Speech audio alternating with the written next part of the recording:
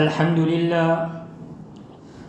لله نحمده ونستعينه ونستغفره ونؤمن به ونتوكل عليه ونعوذ بالله من شرور أنفسنا ومن سيئات أعمالنا من يهده الله فلا مضل له ومن يضلله فلا هادي له ونشهد أن لا إله إلا الله وحده لا شريك له ونشهد أن سيدنا ومولانا محمدا عبده ورسوله صلى الله تعالى عليه وعلى آله وأصحابه وبارك وسلم تسليما كثيرا كثيرا أما بعد فأعوذ بالله من الشيطان الرجيم بسم الله الرحمن الرحيم سبحان الذي أسرى بعبده ليلا من المسجد الحرام إلى المسجد الأقصى الذي باركنا حوله لنريه من آياتنا إنه هو السميع البصير صدق الله العظيم.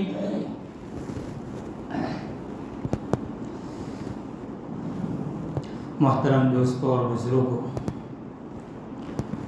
آج جمعہ کا مبارک دن ہے اور یہ مبارک گھڑی ہے. اللہ سے دعا فرمائے باری تعالیٰ کچھ باتیں مفید کہلوائے جو میرے لیے بھی فائدہ مند ہو اور آپ حضرات کے لیے بھی فائدہ مند ہو. اس سے پہلے والی جمعہ کو مسجد اقصی، صحابہ کا ایمان اور فلسطین اور غزہ کے ہمارے مسلمان بھائی اور بہنوں کے ایمان کے متعلق بات ہوئی تھی. اللہ تبارک و تعالیٰ نے مسلمانوں کے لیے 2 قبلے بنائے. ایک قبلہ وقتی طور پر، عارضی طور پر، ٹیمپرری بنایا، اور ایک قبلہ دائمی ہمیشہ کے لیے الی یوم القیامہ تک بنایا. جو قبلہ وقتی طور پر، ٹیمپرری اور عارضی طور پر بنایا وہ ہے بیت المقدس، اور جو قبلہ ہمیشہ کے لیے بنایا وہ ہے کعبۃ اللہ. بیت المقدس جس کو ہم مسجد اقصی بھی کہتے ہیں، یہ فلسطین میں ہے، اور یہ وہ مقدس سرزمین ہے، یہ وہ مقدس جگہ ہے جہاں ہزاروں انبیاء علی نبینا علیہ السلام مبعوث ہوئے، اور فلسطین کی سرزمین نے اپنے سینے میں ہزاروں انبیاء کرام علیہ السلام کو اپنے سینے میں لیا ہے. یہ وہ مقدس سرزمین ہے جس کے متعلق قرآن کریم میں بے شمار جگہوں پر ان کا تذکرہ کیا، احادیث مبارکہ میں بے شمار ان کا ذکر کیا ہے. بخاری شریف کے اندر میں حضرت موسیٰ علی نبینا علیہ السلام کے متعلق بیان ہے. حضرت موسیٰ علی نبینا علیہ السلام نے اپنی وفات سے پہلے، جب ان کی وفات کا وقت قریب آ پہنچا، تو انہوں نے کہا اے اللہ، اگر کوئی شخص پتھر اتنا زور سے مارے کہ وہ بیت المقدس کے قریب جا کر پہنچے، مجھے اتنا بیت المقدس اور فلسطین کے قریب مجھے پہنچا دے، اور بیت المقدس کے قریب میں میری موت ہو اور میری تدفین بیت المقدس کے قریب میں ہو. یہ وہ سرزمین ہے، یہ وہ مقدس سرزمین ہے. اس دھرتی کے اوپر، روئے زمین کے اوپر سب سے زیادہ مبارک اور بابرکت والی زمین یہی مسجد اقصی ہے. اس دھرتی کے اوپر ایک ایسی عبادت کی گئی ہے جو اس سے پہلے کبھی نہیں کی گئی، اور اس عبادت جیسی عبادت قیامت تک نہیں کی جائے گی. بلکہ اگر میں یوں کہوں کہ اس عبادت جیسی عبادت تو مکۃ المکرمہ میں بھی نہیں ہوئی، اس عبادت جیسی عبادت تو مدینۃ المنورہ میں بھی نہیں ہوئی. وہ کون سی عبادت ہے؟ وہ عبادت ہے نبی اکرم صلی اللہ علیہ وسلم نے وہاں مسجد اقصیٰ کے اندر میں انبیاء علی نبینا علیہ الصلاۃ والسلام کو امامت کروائی تھی۔ امام بھی نبی اور مقتدی بھی نبی۔ ملا علی قاری علیہ رحمہ فرماتے ہیں یہ صلاۃ خصوصیہ ہے، فرمایا یہ آپ کے لیے خاص تھی، اور جب آپ معراج کا سفر کر کے واپس تشریف لائے دوبارہ آپ نے انبیاء علی نبینا علیہ الصلاۃ والسلام کو امامت کروائی۔ یہ امامت جو کروائی، یہ نماز جو دوسری مرتبہ پڑھائی، یہ صلاۃ الوداعیہ تھی۔ تمام انبیاء جو اپنی اپنی قبروں سے آئے تھے وہ واپس تشریف لے گئے۔ حضرت عیسیٰ علی نبینا علیہ الصلاۃ والسلام آسمان پر سے آئے تھے، وہ آسمان پر تشریف لے گئے۔ یہ وہ مقدس سرزمین ہے جہاں اللہ کے حبیب علیہ الصلاۃ والسلام نے تمام انبیاء کرام علیہ الصلاۃ والسلام کو نماز پڑھائی۔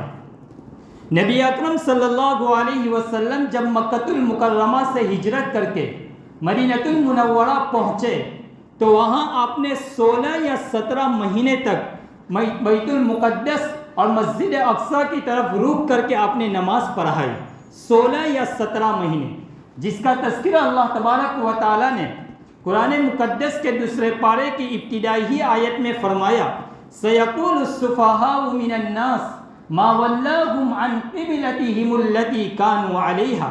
اے محمد، عن قریب یہ بے وقوف لوگ آپ کو کہیں گے کہ کس چیز نے تمہیں اپنے اس قبلے سے پھیر دیا جس کی طرف تم رخ کر کے نماز پڑھتے تھے۔ محمد آپ کہہ دینا، قُل لِلَّهِ الْمَشْرِقُ وَالْمَغْرِبُ، اللہ ہی کے لیے ہے مشرق بھی اور اللہ ہی کے لیے ہے مغرب بھی۔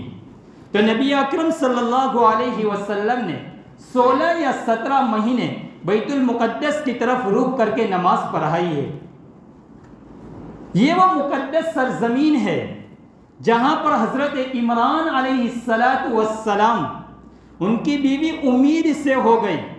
امرأت عمران اذ قالت امرأت عمران رب انی نذرت لک ما فی بطنی محررا فتقبل منی۔ حضرت عمران علیہ السلام دنیا سے رخصت ہو گئے، پردہ فرما گئے۔ آپ کی بیوی، ان کی بیوی امید سے تھی، اور پھر جب ان کے پیٹ میں وہ بچہ تھا تو انہوں نے منت مانی تھی، اے اللہ میرے پیٹ میں جو کچھ ہے میں اس کو آزاد، سب سے آزاد رکھ رہی ہوں، اور تو فتقبل منی، تو میری طرف سے اس کو قبول فرما لے۔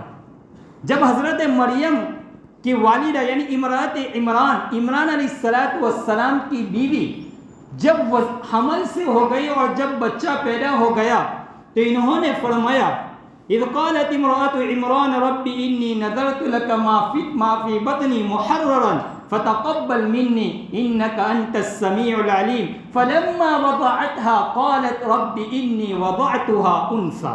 جب ان کو لڑکی کی پیدائش ہوئی تو انہوں نے فرمایا، ولیس الذکر کالانثی، یہ تو مذکر نہیں ہے، یہ تو مؤنث یعنی لڑکی جنی ہے۔ گویا انہوں نے اپنے دل میں جو امید سے تھی کہ میں اللہ تعالیٰ مجھے ایک لڑکے کی پیدائش کی دولت سے مجھے نوازیں گے اور اس بچے کو میں مسجد اقصیٰ کے لیے آزاد کر دوں گی، وہ شادی بیاہ سے بالکل آزاد رہیں گے، وہ مسجد اقصیٰ کی خدمت کریں گے۔ اللہ تبارک و تعالیٰ نے آگے جو ذکر فرمایا، واللہ اعلم بما وضعت، اللہ زیادہ جانتا ہے کہ آپ کے یہاں بچی کی پیدائش ہوئی یا لڑکے کی پیدائش ہوئی۔ اس کے بعد اس بچے کا نام رکھا گیا حضرت مریم رضی اللہ تعالی عنہ۔ جب حضرت مریم رضی اللہ تعالی عنہ بری ہوئی، اللہ تبارک و تعالیٰ نے ایک فرشتے کے ذریعے آپ کو امید سے ہو گئی اور پھونک لگائی جس سے آپ امید سے ہو گئی۔ حضرت مریم نے کہا کہ مجھے کیسے بچہ پیدا ہوگا؟ اللہ تعالیٰ نے فرمایا بس اسی طرح یہ اللہ کی نشانیوں میں سے ایک نشانی ہوگی۔ فرمایا آنن فانن بچہ پیدا ہو گیا۔ فرمایا جس طرح اب بچے کی پیدائش سے پہلے کنواری تھی، بچے کی پیدائش کے بعد بھی اب کنواری ہی رہے گی۔ یہ وہ سرزمین ہے جو مسجد اقصیٰ بیت فلسطین ہے۔ فرمایا جب بچہ پیدا ہوا تو اب پریشان ہو گئی۔ اللہ تبارک و تعالیٰ نے 3 باتیں ارشاد فرمائی۔ فرمایا آپ کے پاس کھانے کے لیے کچھ نہیں ہے، آپ اس سوکھے تنے کو آپ ہلائیے، تساقط علیک رطبا جنیا، فرمایا اس کے اوپر تو کچھ نہیں ہے، فرمایا آپ کا کام ہلانا ہے۔ جب حضرت مریم نے اس درخت کو، کھجور کے تنے کو، خشک تنے کو ہلایا، کھجوریں تر و تازہ کھجوریں گرنے لگی۔ اس سے اللہ تعالیٰ یہ سمجھانا چاہتے ہیں جس طرح اس خشک تنے سے، جس طرح رب کریم نے آپ کو کیا فرمائی، کھجور عنایت فرمائی، اسی طرح رب کریم بغیر حمل کے اور بغیر پروسیس کے آپ کو، بغیر اس سے کہ آپ کو اولاد بھی عطا فرمائے۔ اس کے بعد اللہ تبارک و تعالیٰ نے حضرت مریم کو فرمایا کھجور کھانے کے بعد جب آپ کو پانی کی پیاس لگے گی، فرمایا آپ اپنی نظر کو ہٹائیے اور پھر اپنی نظر لائیے، وہ تو بالکل چٹیل میدان تھا، خشک زمین تھی، فرمایا قد جعل ربک تحتک سریا، وہاں سے پانی کا چشمہ پھوٹ پڑا۔ اس کے بعد پھر اللہ تعالیٰ نے فرمایا مریم اگر تو پریشان ہونے لگے، تم لوگوں کا تجھے خوف ہو، تو فرمایا اپنے بچے کو دیکھ کر اپنی آنکھیں ٹھنڈی کر لے، فکلی واشربی وقرری عینا۔ یہ جہاں حضرت عیسیٰ علیہ السلام کی پیدائش ہوئی، یہ وہ سرزمین ہے، یہ مسجد اقصی، یہ فلسطین کی سرزمین ہے۔ بیت اللحم جہاں حضرت مریم علیہ نبی علیہ السلام کو حضرت عیسیٰ علیہ السلام کی پیدائش ہوئی، یہ بیت اللحم، اور بیت اللحم یہ مسجد اقصی اور فلسطین میں یہ سرزمین ہے۔ حضرت عیسیٰ علیہ نبی علیہ السلام نے اپنی والدہ کی گود میں کلام فرمایا تھا، قال انی عبد اللہ آتانی الکتاب وجعلنی نبیا، فرمایا جہاں یہ کلام فرمایا تھا وہ سرزمین بھی مسجد اقصی ہے۔ احادیث شریف میں ہے، ابن ماجہ کی روایت ہے کہ جو انسان کعبۃ اللہ کے اندر میں نماز پڑھے اس کو 1,00,000 نماز کا ثواب ہے، اور جو انسان مسجد نبوی اور مسجد اقصی میں نماز پڑھے، فرمایا اس کو 50,000 نمازوں کا ثواب ہے۔ ابن ماجہ کی اس روایت کے مطابق اگرچہ اس کے اوپر کلام بھی ہوا ہے، اور بعض محدثین نے فرمایا کہ مسجد اقصی میں نماز پڑھنا 25,000 نمازوں کا ثواب ہے۔ یہ وہ سرزمین ہے جہاں ہزاروں انبیاء علیہ نبی علیہ السلام کا مدفن ہے، جہاں ہزاروں انبیاء علیہ نبی علیہ السلام کا مرکز ہے۔ آپ تاریخ اٹھا کر دیکھیے کہ اللہ تبارک و تعالیٰ نے بنی اسرائیل کے اندر میں نسل در نسل انبیاء علیہ نبی علیہ السلام کا سلسلہ چلایا ہے، پر پوتا نبی، پوتا نبی، بیٹا نبی، والد نبی، دادا نبی۔ حضرت یوسف علیہ نبی علیہ السلام بھی نبی ہے، اور حضرت یوسف علیہ نبی علیہ السلام بیٹے ہیں حضرت یعقوب کے، اور یعقوب علیہ السلام خود نبی ہے، اور یعقوب علیہ السلام بیٹے ہیں حضرت اسحاق کے، اور حضرت اسحاق بھی نبی ہے، اور حضرت اسحاق بیٹے ہیں حضرت ابراہیم علیہ نبی علیہ السلام کے۔ اللہ تبارک و تعالیٰ نے حضرت ابراہیم علیہ نبی علیہ السلام کو 2 بیٹے عطا فرمائے تھے، ایک حضرت اسحاق اور ایک حضرت اسماعیل علیہ السلام۔ محدثین فرماتے ہیں کہ حضرت اسحاق علیہ نبی علیہ السلام کی نسل میں اللہ تبارک و تعالیٰ نے 70,000 انبیاء علیہ نبی علیہ السلام کو مبعوث فرمایا، اور حضرت اسماعیل علیہ نبی علیہ السلام کی نسل میں اکیلے محمد رسول اللہ صلی اللہ علیہ وسلم مبعوث ہوئے۔ حضرت ابراہیم علیہ نبی علیہ السلام کا مرکز، حضرت ابراہیم علیہ السلام کا مسکن جو تھے وہ فلسطین کی سرزمین ہے۔ اس کے بعد اللہ تبارک و تعالیٰ نے حضرت ابراہیم علیہ السلام کو حکم دیا، حضرت ابراہیم علیہ نبی علیہ السلام اپنے بیٹے حضرت اسماعیل علیہ نبی علیہ السلام کو لے کر جزیرۃ العرب مکۃ المکرمہ پہنچ گئے، اور وہاں حضرت اسماعیل علیہ السلام بسے، اور پورا مکہ میں، مکۃ المکرمہ میں آپ کی نسل چلی، آپ علیہ السلام مبعوث ہوئے، اور حضرت اسحاق علیہ نبی علیہ السلام کو بسایا فلسطین کے اندر میں۔ حضرت اسحاق علیہ نبی علیہ السلام کے ایک بیٹے حضرت یعقوب علیہ نبی علیہ السلام، وہ بھی مبعوث ہوئے، وہ بھی نبی ہے، وہ بھی فلسطین میں ہے، اور حضرت یعقوب علیہ نبی علیہ السلام کے 11 بیٹے ہوئے، ان میں سے ایک بیٹا ہے حضرت یوسف علیہ نبی علیہ السلام۔ حضرت یوسف علیہ نبی علیہ السلام کا ایک لمبا واقعہ ہے جس کے متعلق اللہ تبارک و تعالیٰ نے ایک مستقل سورت نازل فرمائی سورہ یوسف کے نام سے۔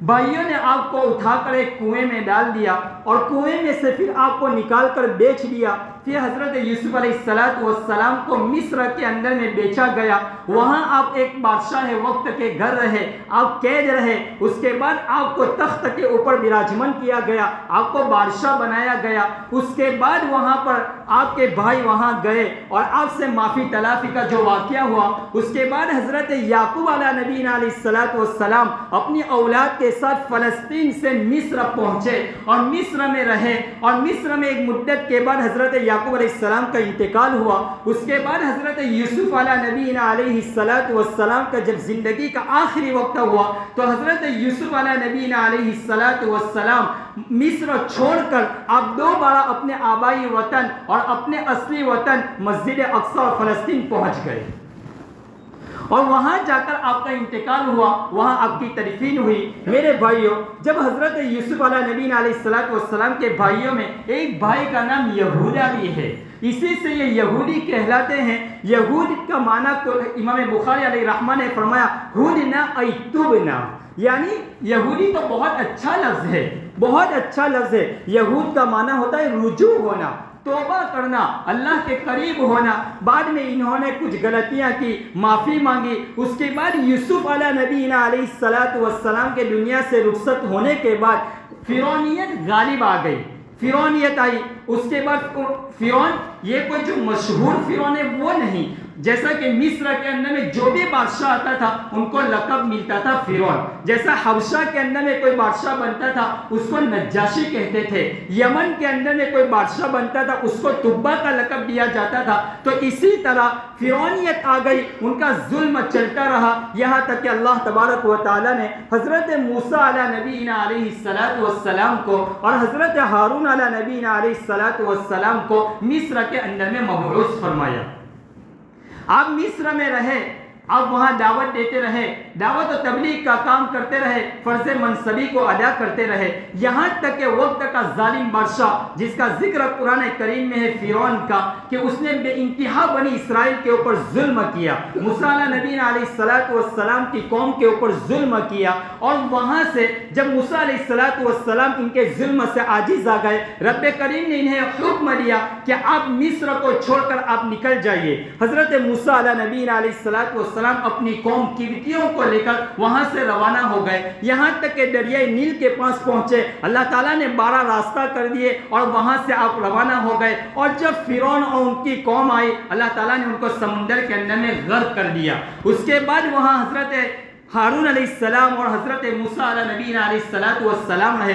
کچھ دن نہ ٹھہرے, وہاں بھی دریا پار ہی کیے تھے کہ سامری جو آپ ہی کی قوم کا ایک شخص تھا, اس نے ایک بچڑے کو معبود بنا لیا, ایک گائے کو معبود بنا لیا. اس کی پرستش میں لوگ لگ گئے, اس فتنے میں مبتلا ہو گئے. اس کے بعد اس سے آزاد ہوئے کہ حضرت موسیٰ علیہ نبی علیہ السلام آپ کا جب انتقال کا وقت قریب آیا تو آپ فلسطین پہنچ گئے. جیسا کہ میں نے ابھی آپ کو بتایا کہ حضرت موسیٰ علیہ نبی علیہ السلام نے مرنے سے پہلے اللہ سے یہ دعا کی تھی کہ اللہ مجھے جتنا مسجد اقصی اور فلسطین سے قریب پہنچ سکتا ہوں مجھے اتنا قریب کر دے تاکہ میری تدفین مسجد اقصی کے بالکل قریب ہو جائے. یہ وہ سرزمین ہے. اس کے بعد حضرت ہارون اور حضرت موسیٰ علیہ السلام کے انتقال کے بعد اللہ تبارک و تعالیٰ نے وہاں ایک دوسرے نبی کو مبعوث فرمایا. اس کا نام ہے حضرت شمیل علیہ السلام. اس کے آنے کے بعد انہوں نے کہا کہ بھائی اب ہم موسیٰ علیہ السلام رخصت ہو گئے, وہاں وہ نبی رہے, ان کو دعوت دیتے رہے. اس کے بعد یہ قبطی اور بنی اسرائیل نے اس نبی سے کہا کہ موسیٰ علیہ السلام نے ہمارے سامنے تذکرہ کیا تھا اور موسیٰ علیہ السلام ہمیں مصر سے لے کر فلسطین پہنچے تھے. اللہ کے حکم سے اللہ نے حکم دیا تھا موسیٰ علیہ السلام کو کہ فلسطین کے اوپر ایک قوم ہے, قوم عمالقہ, انہوں نے قبضہ کر دیا ہے, تم اس کو اس سے آزاد کراؤ. جب وہاں پہنچے موسیٰ علیہ السلام تو دنیا سے رخصت ہو گئے تھے. اس کے بعد اس نبی سے اس کی قوم نے کہا, مطالبہ کیا کہ موسیٰ علیہ السلام نے ہمیں یوں کہا تھا کہ اس سرزمین کے اوپر قوم عمالقہ نے قبضہ کر رکھا ہے, ہمیں اس سے آزاد کرانا ہے. تو حضرت شمیل علیہ السلام ان کے نس سے واقف تھے، ان کے حالات سے واقف تھے. فرمایا جب اللہ کا حکم آئے گا اور تم نہیں مانو گے تو کیا کریں؟ نہیں ہم قبول کریں گے. اس کے بعد حضرت شمیل علیہ السلام نے اللہ سے دعا فرمائی تو ایک بادشاہ اللہ تبارک و تعالیٰ نے مقرر فرمایا جس کا نام تھا طالوت. بالکل نوجوان تھا، ینگ تھا، جس کی 30 سال کی عمر تھی. لیکن جب اس کو اللہ تعالیٰ نے بادشاہ بنا کر مقرر فرمایا تو یہ بنی اسرائیل مکر گئے. فرمایا ہم اس کو بادشاہ نہیں مانتے. کیوں؟ کہ وہ ایک ادنا خاندان میں سے وہ بادشاہ بنے تھے، وہ کوئی عالی خاندان، حسب و نسب اور مال و دولت والے وہ بادشاہ نہیں تھے، اس لیے انہوں نے قبول نہیں کیا. تو حضرت شمیل علیہ السلام نے کہا کہ میں نے تم لوگوں کو کہا تھا کہ تم میری بات کو تسلیم نہیں کریں گے. فرمایا بادشاہ تو کوئی اعلیٰ خاندان میں سے ہونا چاہیے، کوئی مال و دولت والا ہونا چاہیے. فرمایا اگر کوئی معجزہ ظاہر ہو جائے تو کیا تم اس کے حد کے اوپر بیعت کرو گے اور تو کیا اس کے اوپر اس کو تم مان لو گے؟ فرمایا ہاں. تو اس کے بعد اللہ تبارک و تعالیٰ نے اس نبی کی دعا کی برکت سے وہ جو صندوق تھا جس کے اندر میں حضرت آدم علیہ السلام کے متبرکات تھے، حضرت نوح علیہ السلام، حضرت ہارون علیہ السلام کے قمیص اور حضرت موسیٰ علیہ السلام کی جوتی مبارک، جس کو قوم عمالقہ نے قبضہ کر لیا تھا اور اس کو چھپا لیا تھا، اللہ تبارک و تعالیٰ نے فرشتوں کے ذریعے وہ پہنچا دیا. انہوں نے مان لیا. فرمایا اب ہمیں اس قوم کے ساتھ لڑائی کرنی ہے، جنگ کرنی ہے، لیکن یاد رکھنا جب ہم راستے سے ہمارا گزر ہو تو وہاں اللہ تبارک و تعالیٰ تمہیں آزمائیں گے. فلما فصل طالوت بالجنود قال ان اللہ مبتلیکم بنہر. جب راستے میں نہر پڑے گی تو وہاں بہت پانی مت پینا بلکہ بقدر ضرورت پانی پینا. جب وہاں سے گزر ہوا جا رہے ہیں، حضرت داؤد علیہ نبی علیہ السلام کے بارے میں ہے کہ اس جنگ کے اندر میں، اس جماعت کے اندر میں حضرت داؤد علیہ نبی علیہ السلام بھی تھے اور بالکل ینگ تھے. اس وقت آپ کو نبوت نہیں ملی تھی، آپ ایک فرد بشر کے حیثیت سے آپ شامل ہوئے تھے. راستے میں 3 پتھر ملے. ان 3 پتھروں نے حضرت داؤد علیہ نبی علیہ السلام سے یہ کہا داؤد کو ہمیں لے لے، ہم تیری مدد کریں گے، ہم تیرے کام آئیں گے. چنانچہ داؤد علیہ نبی علیہ السلام نے ان 3 پتھروں کو لے لیا. اب یہ جانے لگے. جب پانی خوب پی لیا تو اس قوم کو، جبکہ حضرت طالوت نے منع کیا تھا کہ پانی زیادہ نہ پینا، لیکن انہوں نے خوب پیٹ بھر کر پانی پی لیا. جب وہ وہاں گئے تو آگے جانے کے بعد وہ مکر گئے. فلما جاوزه هو قالوا لا طاقت لنا اليوم بجالوت وجنوده. طالوت تم اور تمہارے لشکر لے کر لڑو، ہمارے اندر میں طاقت نہیں اس کے ساتھ لڑنے کی. فرمایا 70,000 کا لشکر لے کر حضرت طالوت نکلے تھے، لیکن جب وہاں پہنچے تو صرف 313 رہ گئے تھے. صرف 313 واپس سب مکر گئے تھے. اور اس کے بعد اللہ تبارک و تعالیٰ نے حضرت طالوت اور حضرت داؤد اور اپنے لشکر کے ساتھ وہاں پہنچے اور اس ظالم بادشاہ وہ جالوت تھا، اس کے ساتھ لڑائی ہوئی اور اس نے اپنے پورے جسم کے اوپر بہت مضبوطی کے ساتھ کپڑے پہنے ہوئے تھے، صرف اس کا سر کھلا ہوا تھا. حضرت داؤد علیہ نبی علیہ السلام نے وہ جو 3 پتھر ساتھ میں لیے تھے وہ 3 پتھر اس کے سر میں مارے اور اس کو ختم کر دیا. اس کے بعد حضرت داؤد علیہ السلام کی وہاں حکومت قائم ہو گئی اور ان کے ماتحت چلنے لگے. ایک مدت کے بعد حضرت داؤد علیہ السلام دنیا سے رخصت ہو گئے. اس کے بعد حضرت داؤد علیہ السلام کو اللہ تعالیٰ نے نبی بنایا. صرف نبی، حکومت بھی عطا فرمائی اور نبی بھی بنایا. وقتل داؤد جالوت وآتاہ اللہ الملک والحکمت وعلمہ مما یشاء. جب حضرت داؤد علیہ السلام کی وہاں حکومت ہو گئی، اللہ تعالیٰ نے آپ کو حکومت بھی دی اور نبی بھی بنایا. اس کے بعد اسی سرزمین مسجد اقصی فلسطین کے اندر میں مسجد اقصی کی بنیاد رکھی گئی. ابھی مسجد اقصی کی بنیاد ہی رکھی تھی کہ حضرت داؤد علیہ السلام دنیا سے رخصت ہو گئے اور آپ کے بیٹے حضرت سلیمان علیہ السلام کو اللہ تبارک و تعالیٰ نے نبی بنایا. حضرت سلیمان علیہ السلام 1200 انسان، 1200 مرد اور کئی ہزار اور کئی جناتوں کی تعداد میں آپ نے ساتھ میں مل کر مسجد اقصی کو تعمیر کیا.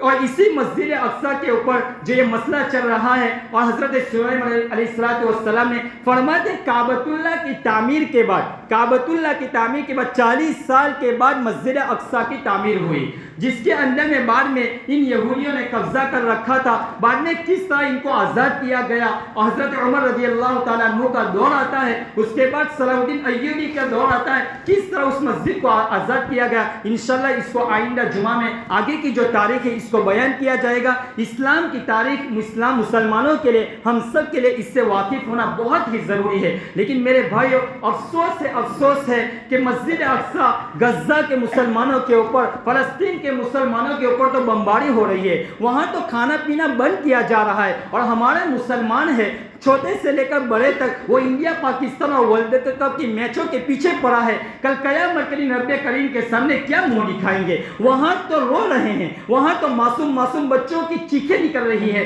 وہاں تو عورتوں کی چیخیں نکل رہی ہے۔ کیا آپ نے دیکھا کسی عورت کو بغیر بوٹھے کے اندر میں کوئی عورت آپ کو نہیں ملے گی؟ اتنے سخت ترین حالات ہے، وہ چیخیں مار رہی ہے اور وہ آہوازاری کر رہی ہے۔ ان کے گھروں کو جلا دیا گیا، ان کے مکانوں کو گرا دیا گیا، مسجدوں کو ختم کر دی گئی، ہاسپٹلوں کے اوپر بمباری کی گئی، اسکولوں کے اوپر بمباری کی گئی۔ معصوم بچے ہیں، لیکن اللہ نے ان کو کیسا ایمان دیا ہے، آخری حالت ہے، اور اپنی زبان سے پڑھ رہے لا الہ الا اللہ محمد رسول اللہ پڑھ رہے ہیں۔ میرے بھائیوں، آپ دعا کیجئے، ورنہ کل قیامت میں اللہ کے سامنے کیا جواب دیں گے کہ وہاں میرے بندوں کے اوپر ظلم ہو رہا تھا اور تم یہاں میچیں دیکھ رہے تھے۔ مفکر اسلام مولانا علی میاں ندوی رحمۃ اللہ علیہ نے خطبہ تعلیمیہ کے اندر میں ایک جگہ